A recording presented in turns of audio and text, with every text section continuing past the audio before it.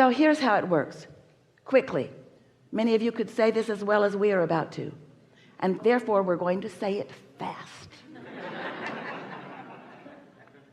You were non-physical energy before you came into this physical body. You were pure, positive, non-physical energy, non-resistant energy. You were consciousness, and you had a very explicit reason for wanting a part of that consciousness to be born into this physical body. So here you are, splat in this physical body. And now here you are exploring all of the variety around you, the contrast of what you are living, knowing what you don't want, and therefore knowing what you do want. And with all of that deciphering, even before you were able to speak, all of that deciphering, even while you are able to speak but may not be speaking about it, all of that witnessing of life, you are offering continual rockets of desire as you importantly come to your specific and personal conclusions about what you would prefer from where you stand. That matters so much. So you launch these rockets of desire, many of them unconsciously, not even realizing that you are launching them. Unconsciously meaning not speaking it out loud yet, knowing that when someone's rude you'd like them to be nicer, and knowing that when you don't feel good you'd like to feel better, and knowing when you don't have enough of something that you'd like more of it, and knowing when you've got too much of something that you don't want that you would like less of it. In other words, you are knowing, you are sifting through, and you are launching these rockets of desire, and therefore usually unbeknownst to you, you have created a vibrational version of the better world that you wish to live in.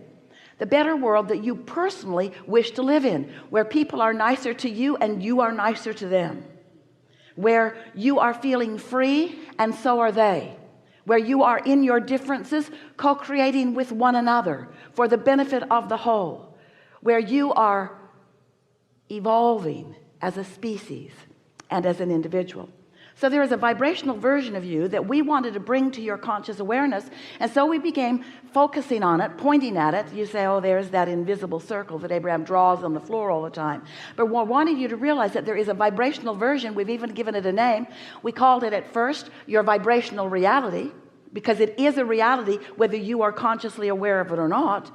And then we began calling it the vortex. It's this place, a vortex, because law of attraction is causing this synergistic gathering of all cooperative components. And so even though you've given birth to all of these components of a nicer world, of a better world for you, of more abundance, of a better feeling body, of relationships that are pleasing to you, all of these things that you've been synthesizing from life and knowing that you want and launching these rockets, this is a vibrational reality that inner being part of you that we were talking about a moment ago stands as the full being of that you has become. And even though you can't see it necessarily, you do have the ability to feel it, to sense it, to know it through your emotions. In other words, you can feel when you're in sync with that. You can feel when you feel invincible. You can feel when you feel sure-footed. You can feel when you feel divinely inspired. You can feel when you're tuned in, tapped in, turned on, and you can feel when you're not.